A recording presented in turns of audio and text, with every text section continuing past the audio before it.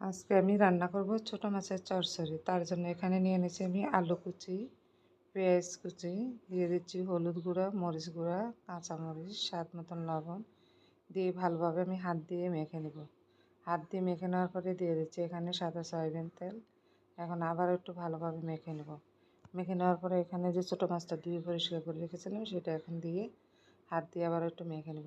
ছোটো মাছের চচ্চড়ি সবসময় হাত দিয়ে মেখে রান্না করে খেতে বেশি মজা লাগে।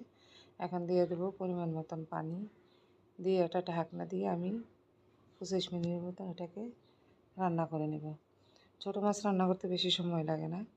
তো 25 মিনিট পর আমি ঢাকনাটা উঠিয়ে দেখতেছি কেমন হয়েছে। দেখতেই পাচ্ছেন আপনারা, কালারটা খুব সুন্দর আসছে, রান্নাটাও আমার খুব ভালো হয়েছে। এখন আমি কিছু ধনিয়া পাতা দিয়ে একটু নেড়ে চেড়ে এটাকে রান্না করে নেব। আমার ভিডিওটি কেমন লাগলো, যদি ভালো লেগে থাকে অবশ্যই এটা সাবস্ক্রাইব করে দেবেন, একটা শেয়ার করে দেবেন। তো সবাই কেমন আছেন, ভালো থাকবেন।